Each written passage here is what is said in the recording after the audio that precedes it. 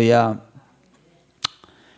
오늘은 시편 8편입니다. 세 가지 내용을 말씀드리려고 합니다. 여기 1절에 보면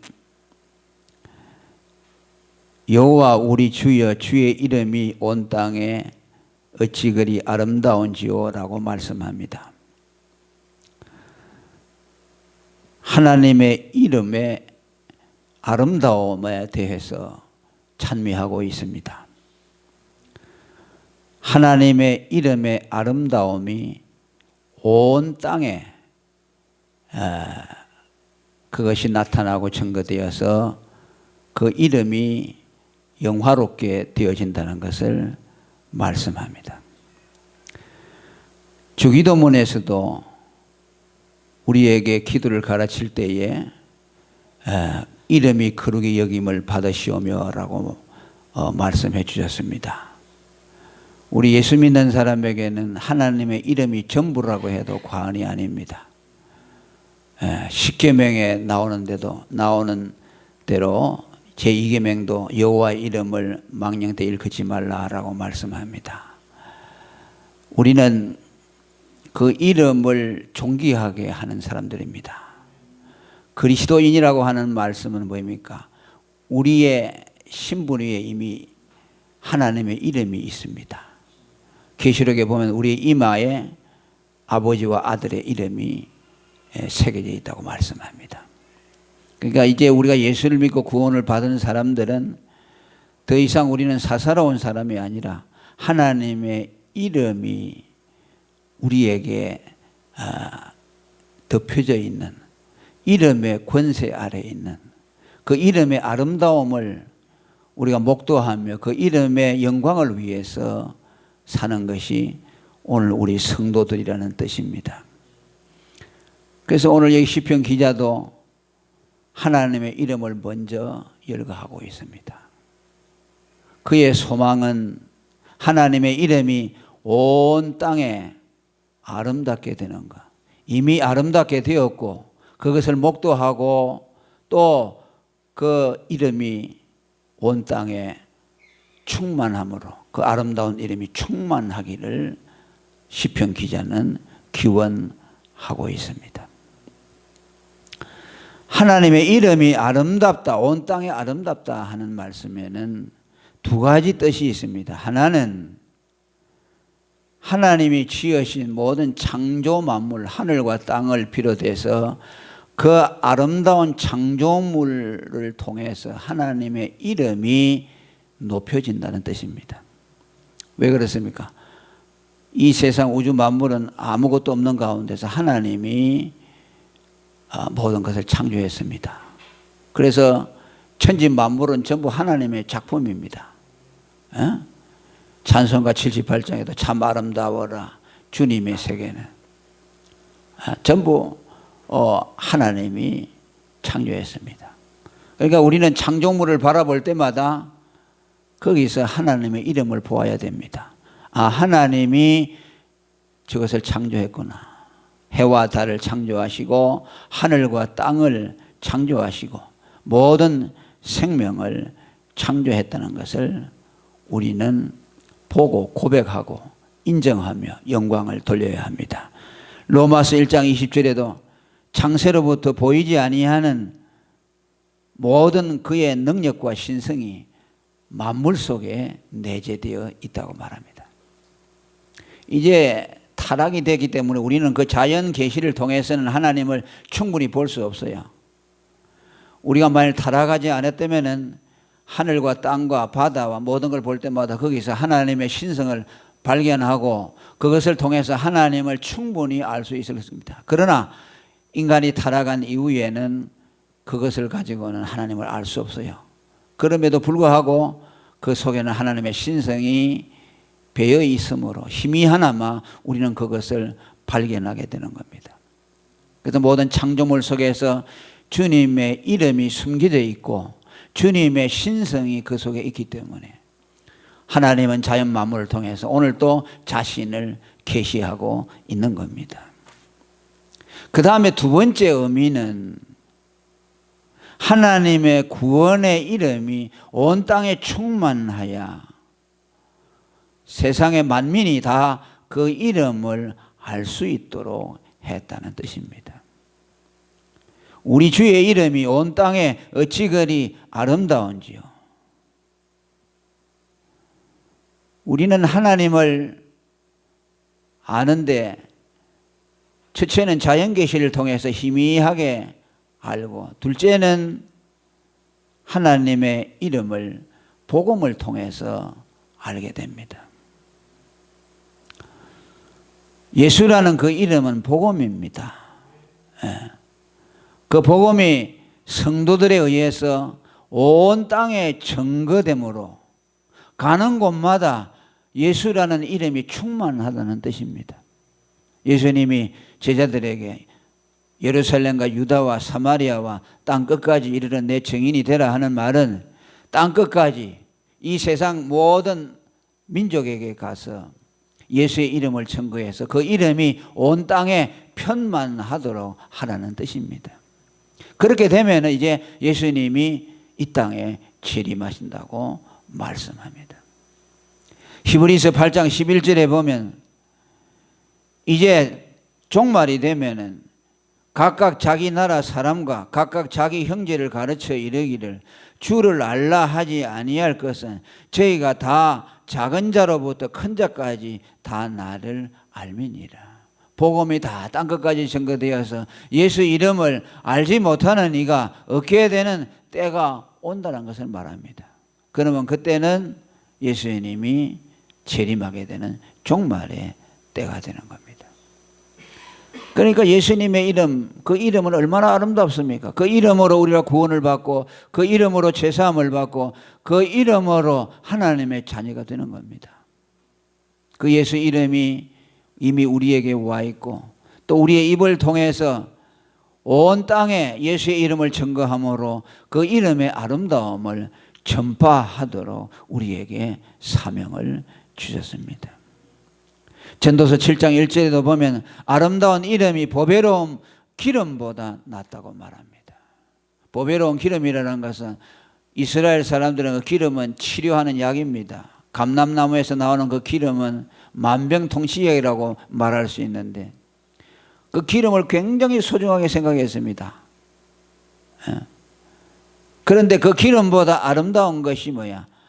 예수님의 이름이라는 뜻입니다. 그 이름이 우리에게 구원을 갖다 주고 감람류가 병을 치유하듯이 예수의 이름이 우리를 죄에서 치유해 주시고 우리를 병에서 건져 주시고 우리를 고통에서 건져내 주신다는 뜻입니다. 찬송가 252장에도 기쁜 소리 들리니 예수 구원하신다. 바다들아 외쳐라 예수 구원하신다. 모든 섬아 일어나 메아리쳐 울려라. 복음 중에 복음은 예수 구원하신다. 산과 들과 바다와 나무와 바람을 의인화시켜서 마치 사람이 예수 이름을 증거하고 선포하는 것처럼 이 찬송가 작시자는 그들을 향해서 예수 이름을 선포하라고 말합니다. 그러니까 하늘과 땅과 바다와 모든 피조 만물이 예수 이름, 그 이름을 증거하면서 예수 구원하신다. 예수 구원하신다. 기쁜 소리 들린다. 그 예수의 이름이 죄인을 구원하신다. 그것이 오늘 우리가 귀를 기울이고 들으면 모든 소리에서 그 음성을 들을 수가 있다는 겁니다. 하나님은 오늘도 성령을 통해서 우리에게 말씀하시고 바람 소리를 통해서 말씀하시고 하늘의 그 빛을 통해서 말씀하시고 파도 소리를 통해서 예수의 보배로운 이름이 우주에 충만하도록 외치라고 권면하고 있습니다. 그 다음에 여기 두 번째로 주의 영광을 하늘 위에 두셨다고 말합니다. 이것은 두 가지 의미가 있습니다. 하나는 하나님의 창조 역사를 염두에 두고 말한 겁니다.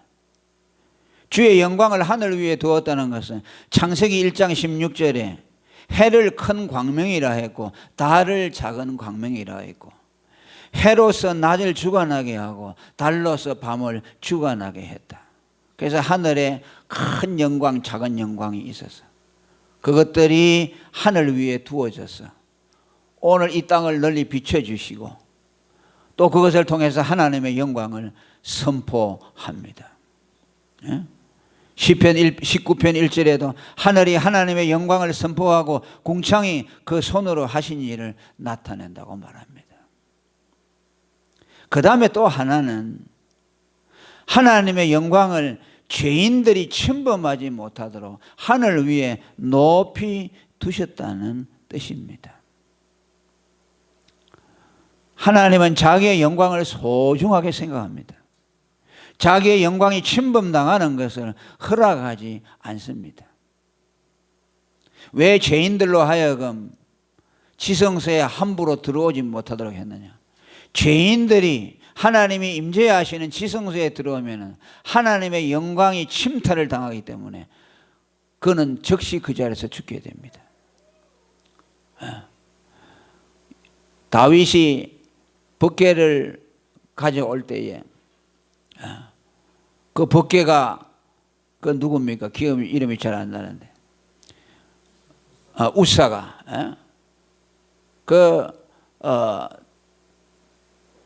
소에다가 싣고 오는데 소가 튀니까 법궤가 땅에 떨어지려고 하니까 우사가 그걸 건사하려고 손을 대었다가 그 자리에서 적사했습니다.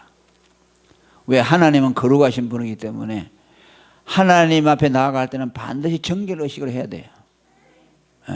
우리는 이제 예수를 믿으면 단번에 예수님의 피로 다 속죄를 받았기 때문에 언제든지 우리는 지성소로 들어갈 수 있어요. 그러나 구약에는 반드시 핏부림을 받아야 돼요.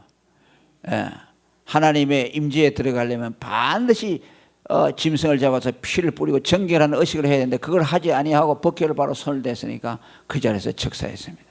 이것은 뭐냐? 하나님은 자신의 영광을 침탈하지 않는다. 죄인들로 하여금 하나님의 영광에 들어오지 못하도록 하나님은 이것을 방어하는 겁니다. 그래서 뭐라고 그랬어요? 가까이 가지 못할 빛에 거하시고 라고 말씀합니다.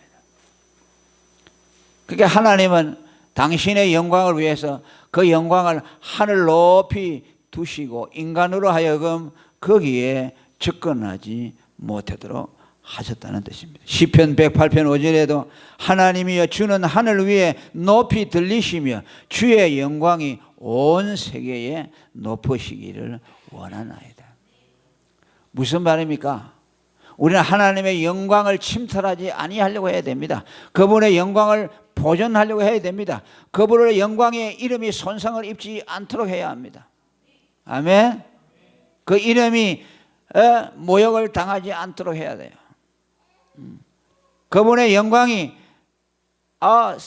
침탈되지 않도록 해야 돼요. 그래서 우리 보고 예수님이 산상수훈에서 그러지 않았어요? 보물을 땅에 쌓아두지 말고 하늘에 둬라. 왜? 그곳에는 좀이나 도둑이 들지 아니하다. 그러니까 안전하다는 것이죠. 그러니까 우리가 보물을 하늘에다 쌓아두면 그건 아무도 손대지 못한다. 그 하늘이라는 것은 보존하는 거야. 아무도 손댈 수 없는 거야. 그러니까 우리도 예수와 함께 십자가에서 이렇게 해서 우리 어디다 앉혔다 그랬어요? 하늘 위에 앉혔다고 말씀합니다. 그래서 우리가 안전한 거예요. 우리의 육신은 비록 여기 있지만 우리 거듭난 영혼도 우리 육체와 더불어 있지만 우리 이 생명의 실체는 아무도 손을 댈 수 없도록 하나님의 하늘 위에다 보존하고 있다가 말이에요. 그래서 우리는 하나님의 영광을 소중하게 생각하고 그 하나님의 영광을 위해서 살아야 됩니다. 그분의 이름의 영광을 위해 살아야 되고 그분의 이름을 모욕하지 않도록 해야 되고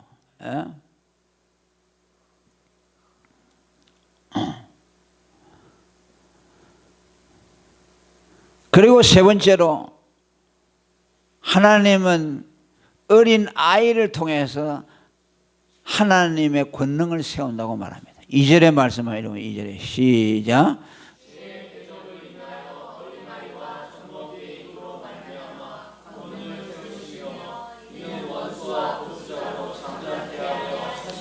아멘. 하나님이 당신의 영광을 세우는 방법이에요. 그래서 하나님의 방법은요, 세상의 방법과는 전혀 다릅니다. 세상 사람들은 자기의 권능을 세우려고 하면은 세상에 지혜로운 자들, 능력이 있는 자들, 이런 사람을 통해서 권능을 세우지만, 하나님은 어린 아이, 아주 나약하고 젖먹이의 입을 통해서 하나님의 권능을 세운다고 해요. 놀라운 일이죠. 세상에 강한 자, 지혜로운 자, 능력 있는 자들을 통해서 하나님의 권능을 세우는 것이 아니야. 그 어린 아이라는 건 뭡니까? 나이가 적은 어린 아이를 말하는 것이 아니라 어린 아이의 속성을 가진 사람 말이에요. 어린 아이의 속성을 가진 사람. 그 어린 아이의 속성은 뭘 말합니까? 어린 아이는 자기를 낮추는 자죠. 하늘에서 누가 크냐? 어린 아이와 같이 자기를 낮춘다. 그럼 어린 아이의 속성, 자기를 낮추는 것은 뭐냐? 자기의 나약함을 알고 그 엄마에게 대해서 전심으로 의지하는 거죠. 그게 어린 아이의 겸손이에요. 어린 아이가 아이고 내가 겸손해야 되겠다, 그렇게 겸손합니까? 그런 건 없어요. 어린 아이에게 그냥 그건 어떻습니까? 개가 와서 옆에 싸나운 놈이 오면 그냥 엄마한테 엄마 하고 이렇게 쪼르륵 하지 않습니까? 치마를 잡죠. 그게 뭐냐 하면요, 자기가 약하던 걸 알고 엄마에 대해서 전심으로 의지하는 것이요. 그러니까 우리 예수 믿는 사람이 그렇게 돼야 돼요. 하나님을 전심으로 의뢰해야 돼요. 모든 걸 할 때 자기를 의지하지 말고 그냥 하나님이 안 도와주면 나는 아무것도 못한다 하고 하나님을 전심으로 의지하면 그가 어린 아이와 같이 자기를 낮추는 사람이 되는 거야. 그래서 하나님은 그런 어린 아이와 같은 자들을 통해서 하나님의 일을 한다고 말이에요. 하나님의 권능을 나타낸다고 말이에요. 참 놀랍죠. 그래서 지혜를 나타내려도 하나님이 복음의 지혜를 비밀을 갖다 누구에게 나타내? 예수님이 말씀하실 때 마태복음 11장 25절 26절에 보면 천지의 주제이신 아버지여 이것을 지혜롭고 설기 있는 자들에게는 숨기시고 어린 아이들에게는 나타내심을 감사하나이다. 자기가 죄인인 걸 알고 자기가 미련한 것을 알고 나는 아무것도 모릅니다라고 하나님 앞에 전심으로 지혜를 의지하고 구하는 사람, 그런 사람에게 하나님의 복음의 비밀이 나타나요. 아멘. 그런 사람에게 성령을 부어주셔서 복음의 비밀을 알게 해요. 교만한 자에게는 절대로 복음이 안 나타나요.